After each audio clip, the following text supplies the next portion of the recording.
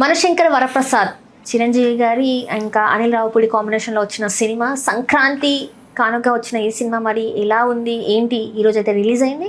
మరి దీనికి సంబంధించి ఈ సినిమా ఎలా ఉందనేది మనకు తెలియజేయడానికి మనతో పాటు ఉన్నారు ప్రముఖ సినీ క్రిటిక్ దాసరి విజ్ఞాన్ గారు. నమస్కారం.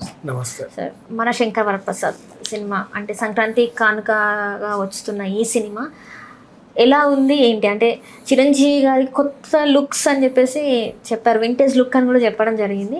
సో మరి ఈ సినిమాలో అలా ఉందా లేదా ఎట్లా ఉంది అసలు సినిమా?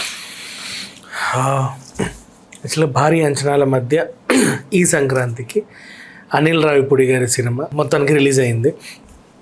ప్రతి సంక్రాంతికి ఈ మధ్య కాలంలో గత కొంతకాలం నుంచి అనిల్ రావిపూడి గారు ఖచ్చితంగా వస్తున్నాడు. ఒకప్పుడు ఎంఎస్ రాజు గారు వచ్చేవారు అప్పట్లో, వర్షము నువ్వు వస్తాడని వద్దంటానా అలా.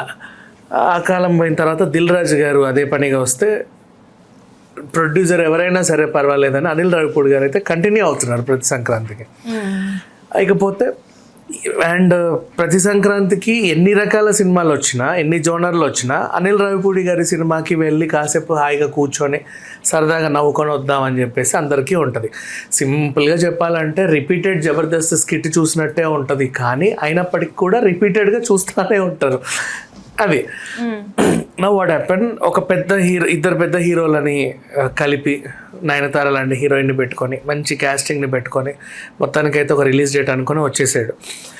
ఇక ఈ సినిమా ఎలా ఉంది అంటే అనిల్ రావిపూడి గారు పెద్ద హీరోలతో పనిచేసినప్పుడు అంటే లైక్ బాలయ్య లాంటి పెద్ద హీరోలతో పనిచేసినప్పుడు సమాజానికి ఒక మెసేజ్ ఇస్తే బాగుండు ఇలాంటి వాళ్ళతో అంటే చూస్తారు అని ఈజీగా అర్థమయ్యే కంటెంట్తో చెప్తాడు. కాబట్టి ఇప్పుడు భగవత్ కేసరిలో కూడా చిన్నపిల్లలకు సంబంధించిన మెసేజ్ బాలయ్య నోటి వెంట విన్నందుకు అందరికీ ఈజీగా రీచ్ అయింది. మనము బంజారా హిల్స్ ఇన్సిడెంట్ జరిగినప్పుడు చాలా బాధపడ్డాం. అది ఇప్పుడు అందరికి రీచ్ అయ్యేసరికి ప్రతి తల్లి కూడా చిన్న చిన్న పిల్లలకి ఎవరైనా ఏదైనా ఇస్తే తీసుకోకండి అన్న, జాగ్రత్తగా ఉండండి. ఇంట్లో తండ్రి అయినా సరే అన్న అయినా సరే ఎక్కడన్నా వేయకూడని చోట చేతులు వేస్తే అమ్మకు చెప్పండి అనే ఒక మంచి మెసేజ్. మళ్ళీ అలాగే చిరంజీవి గారిని పెట్టుకున్నప్పుడు ఓకేనా, మళ్ళీ అందులో వెంకటేష్ గారి క్యామియో ఉన్నప్పుడు ఈ రేంజ్ హీరోతో ఎలాంటి మెసేజ్ ఇస్తే బాగుండు అందరికి అర్థమయ్యేలాగంటే ప్రజెంట్ బయట మనకున్న సమస్య ఏంటంటే విడాకులు. పెళ్ళైనా ఇంకా చెప్పాలంటే మంచి డెస్టినేషన్ వెడ్డింగ్ చేసుకొని మంచి ఆల్బమ్ ఇన్ని ఫోటోలు ఇన్ని వీడియోలు తీసుకున్నాక ఆల్బమ్ పూర్తిగా చూడకముందే విడాకులు అయిపోతున్నాయి. అవునా కాదా చెప్పు?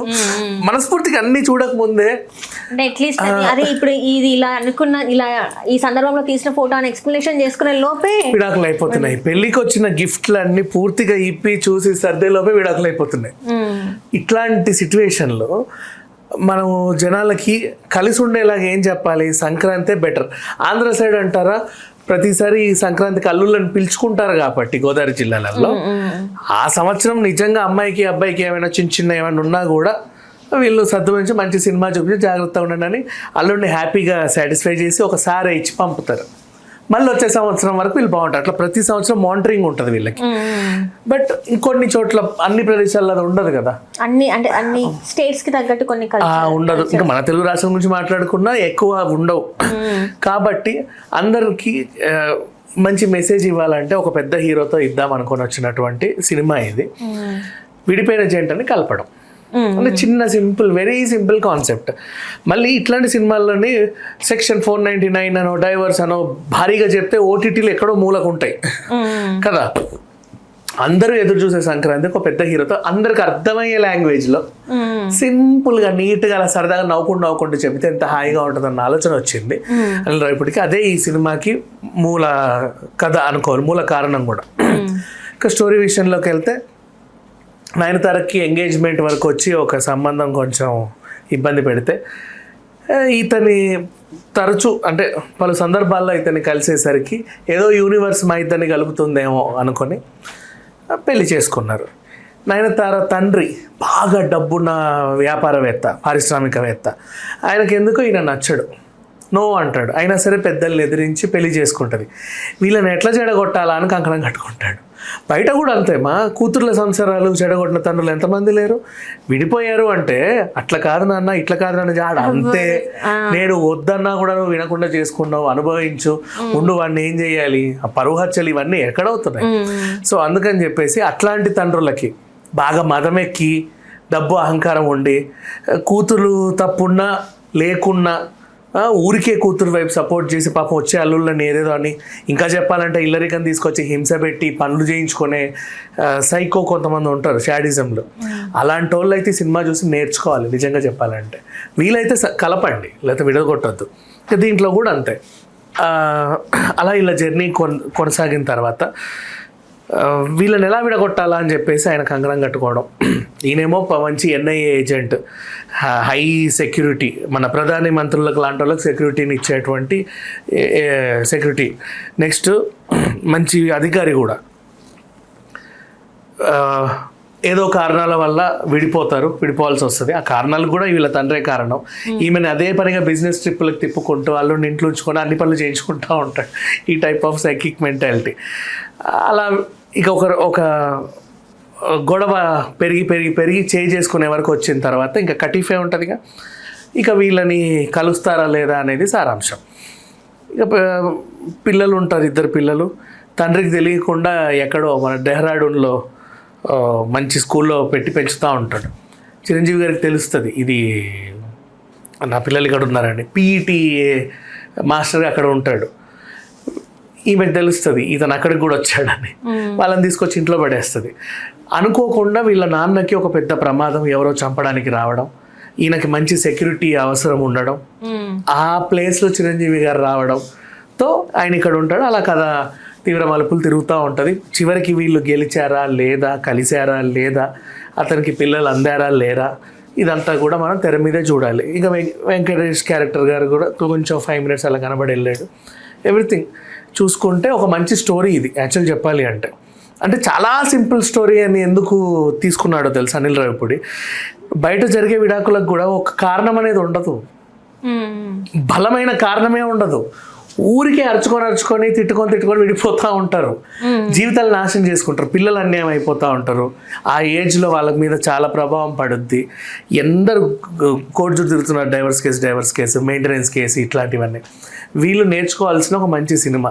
అనిల్ రావిపూడి గారు వస్తున్నారంటే ఏదో నవ్వించడానికి వస్తున్నారు, సరదాగా ఏదో కామెడీ సినిమాతో వస్తున్నారు అనేది కాకుండా, ఈవెన్ F2 కూడా అంతే కదా, వాళ్ళని కలిపే ప్రయత్నమే. సో ఎప్పుడు కూడా ఎంత ఈజీగా ఉన్న సినిమాతో వచ్చినా ఏదో ఒక మెసేజ్తో వస్తాడు. ఇప్పుడు కూడా అదే పని చేశాడు కాబట్టి ఈయన మీద ఇంకా రెస్పెక్ట్ పెరిగింది నాకు. ఇంకా సీనియర్ హీరో చిరంజీవి గారి నటన గురించి చెప్పాల్సిన అవసరం లేదు. బావగారు బాగున్నారా, చంటబ్బాయి లాంటి సినిమాలు ఆయన కామెడీ ఎలా ఉంటుందో తెలిసింది కదా. ఆ టైప్ ఆఫ్ చిరంజీవి గారిని ఇందులో మళ్ళీ మనం చూడొచ్చు.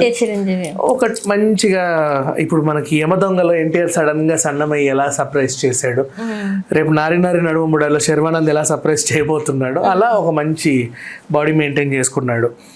అండ్ ఇంకా తులసి విశ్వాసంలో ఆల్రెడీ ఈ క్యారెక్టర్లు పోషించి ఉంది కాబట్టి నయనతారకి అదే ఈజీగా చేసేసింది, సేమ్ అదే తరహా కదా.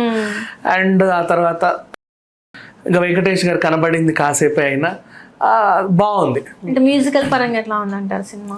టెక్నికల్ వాల్యూస్కి వస్తా, ఇంకా ఉన్నారు క్యారెక్టర్లు, మళ్ళీ కమెడియన్లు వీళ్ళందరూ కూడా వాళ్ళ పరిధి మేరకు బాగా చేశారు.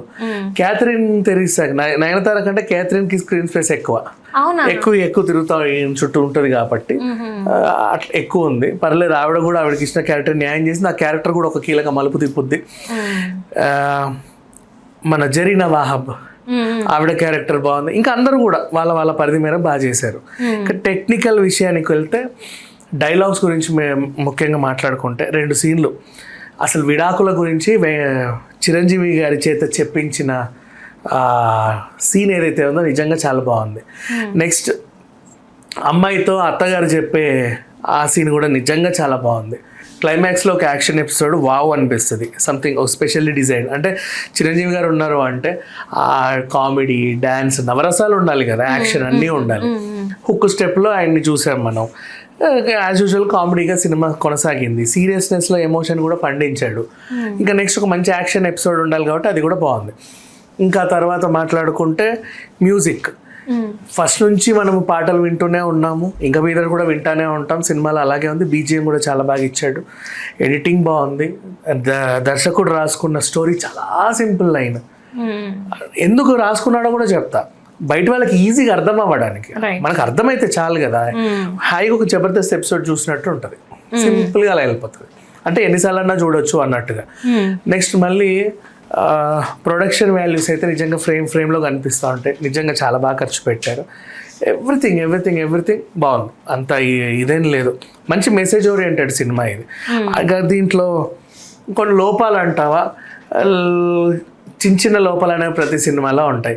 పెద్ద హీరో అన్నప్పుడు మనం ఏమనుకుంటాం అంటే ఏదో కథ ఉంటుందని భూతద్దం పెట్టుకొని ఎతుకుతాం, అంత అవసరం లేదు. సింపుల్ గా కూర్చున్నంతసేపు నీకు హాయిగా ఉందా లేదా. ఇప్పుడు సంక్రాంతికి వస్తున్న సినిమా కూడా అంతే కదా, కూర్చున్నంతసేపు హాయిగా ఉందా లేదా. రైట్. మొత్తానికి అయితే సినిమా సంక్రాంతి బరిలో అంటే కలెక్షన్స్ పరంగా అంటే ఏదైనా చూసుకుంటే బాగానే ఉంది, ఈ సినిమానే స్టార్ట్ అనుకోవాలా అనుకోవచ్చు. కలెక్షన్స్ మళ్ళీ బాగున్నప్పటికి, ఇప్పుడు రాజాసాబ్ ఉంది, మంచిగా సింగిల్ రిలీజ్ అయింది, వీకెండ్ అంతా రాజాసాబ్దే. అయినప్పటికీ ఒక డివైడ్ టాక్ వల్ల తెలుగు రాష్ట్రాల్లో సరిగ్గా లేదు, అయినప్పటికీ మంచి డీసెంట్ అమౌంట్ రాబట్టింది. వరల్డ్ వైడ్ గా రిలీజ్ అయింది, పాన్ ఇండియా సినిమా కదా, హిందీలో అక్కడ ఇక్కడ తమిళ్లో మంచి ఫ్యాన్స్ ఉన్నారు, ఇంకా చూస్తున్నారు రాజాసాబ్. బట్ ఇక్కడ అంత అనుకున్నంత కలెక్షన్స్ రాలా.